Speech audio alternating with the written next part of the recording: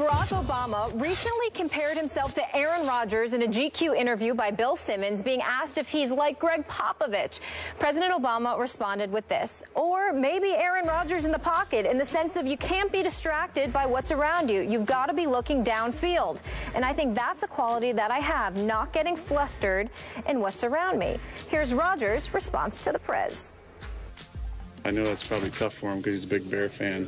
I appreciate that. He has a lot more responsibility, I think, than I do, and a tough job to do. I appreciate the comment. I mean, that's the highest form of respect that I can get from him, so I really appreciate that, especially being a Bear fan. Important to note that Obama made these comments before the Packers' 3-game losing streak. Stephen A., do you like this comparison? Well, I don't mind the comparison at all because, you know, no drama Obama, you know, our great president obviously is a fan of the bad man that is Aaron Rodgers. So it does not bother me at all. It seems apropos. I appreciate the leader of the free world, our commander-in-chief, associating himself with this level of greatness, this level of unparalleled talent as far as I'm concerned. So it's a beautiful, beautiful thing to see.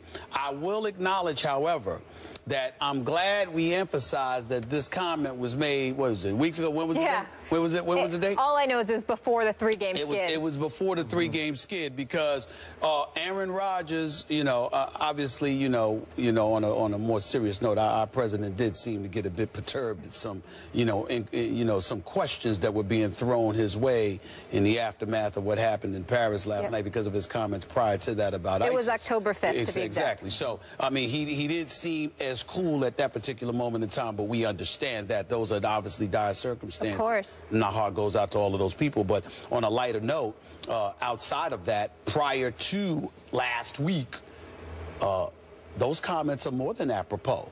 And if I'm President Obama and I want to compare myself to a particular athlete because of his ability to be cool and relax and what have you, I would have to say I can't knock Aaron Rodgers, but I will confess to you, Tom Brady would have been just as good of a comparison.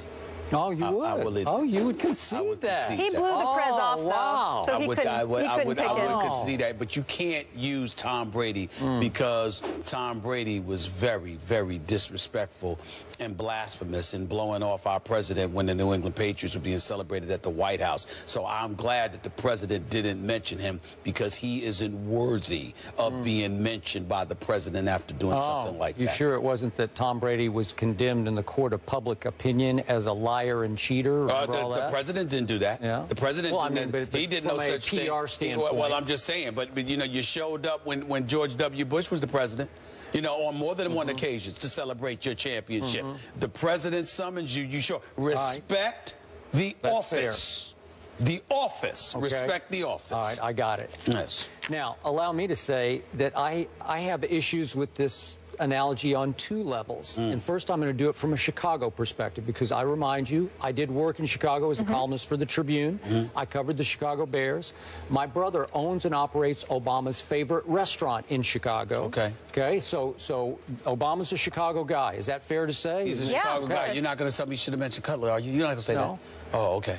I'm scared. How can a supposed Bears fan place a Packer on such a presidential pedestal? It's crossing the line. You just can't do it. You're going to disqualify yourself, oh, President, as a Bears fan. They're going to take this the wrong way, man. You just can't do it.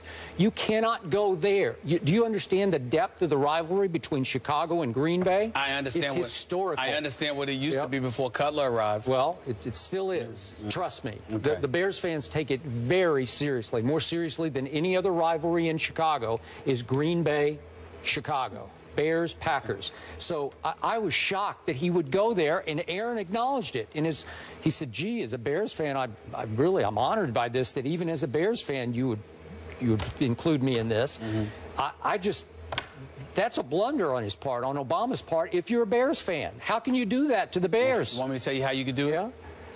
Because Ditka set the stage, Mike Ditka, with his commercials, where he's wearing the Green Bay jersey and a Green Bay bobblehead on top of his head. I'm just saying, Jerry Rice is wearing a Cowboys jersey. I know. What is that about? That was hard for me to stomach that one. But you're doing the commercial, you're having fun, you're getting compensated for it, because I can assure you Mike Ditka didn't do it for free, okay? So in light of all of those realities, if Ditka can go away conventional wisdom and tradition, how come our president can't do so? I would say that he has the right to do so if Mike Ditka did it. I don't think so. I think so. Okay, now let's go to the other level. Yep. Okay. Let's talk about football here.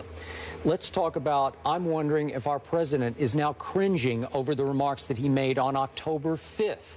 Because the truth is that Aaron Rodgers just 2 weeks ago at Carolina on the crucial play of the game, the two-point conversion try, admitted that he saw something in the pocket and got scared. So Obama's saying, I want to be like Aaron Rodgers in the pocket. And Aaron admitted, I saw something in the pass rush.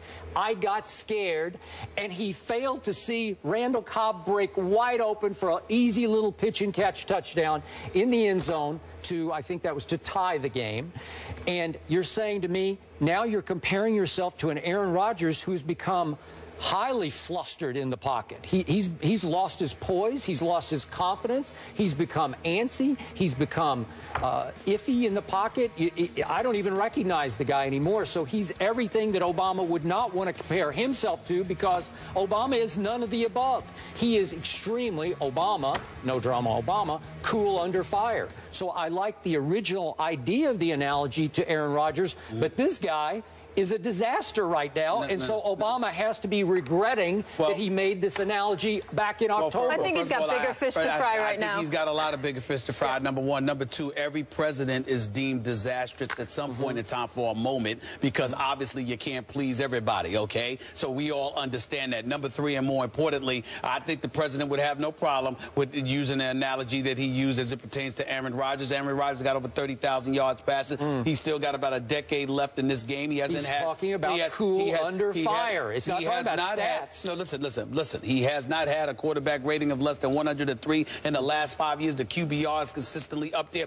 Aaron Rodgers is a high-end producer. No, please. He is somebody that is elite. No. And anybody who is interested in being elite, who wants to associate themselves with the comparison that of Aaron Rodgers, I have no problem with it, because he is worthy of it. Even despite their 3-game losing streak. Even despite. He now tap dances in the pocket worse than the late, great Gregory Hines. I have a serious question. He can't go with Brady, obviously, because Brady blew him off, and now Rodgers is struggling. So who could he go with? Who is there? Peyton Manning's banged up. There's no one else. Tyrod Taylor or Cam Newton?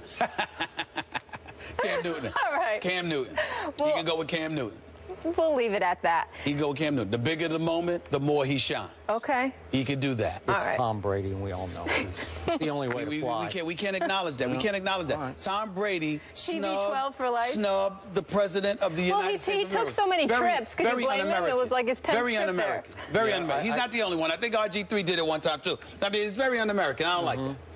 All right. That's fair. Respect the office. President calls, go. Coming up, Jerry Jones not sold long-term on Greg Hardy. The Cowboys owner backtracking on his comments about keeping Hardy in Dallas. What do the guys make of it? Find out next. On the Hook is brought to you by Bass Pro Shops. Your adventure starts here.